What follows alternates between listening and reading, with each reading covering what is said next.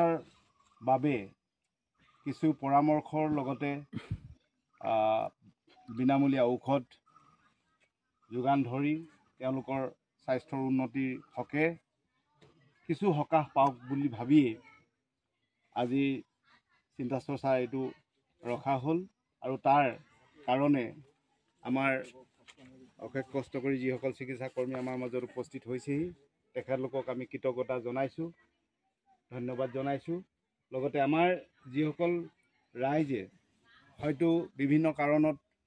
দূৰণিবতীয়া ঠাইত চিকিৎসাৰ কাৰণে গৈ পেলাই তেওঁলোকৰ স্বাস্থ্য দেখুৱাবৰ কাৰণে অসমৰ্থ বা বিভিন্ন কাৰণবশতঃ পৰা নাই, গতিকে সেইসকল ব্যক্তিয়ে আজি এই ঠাইতে তেওঁলোকৰ স্বাস্থ্যটো কিছু বিষয়ে জানিব আৰু ঔষধো পাব বুলি আশা ৰাখি মই আজি এই চিকিৎসা শিবিৰটো উন্মোচন কৰা হৈছে বুলি ঘোষণা কৰিছোঁ।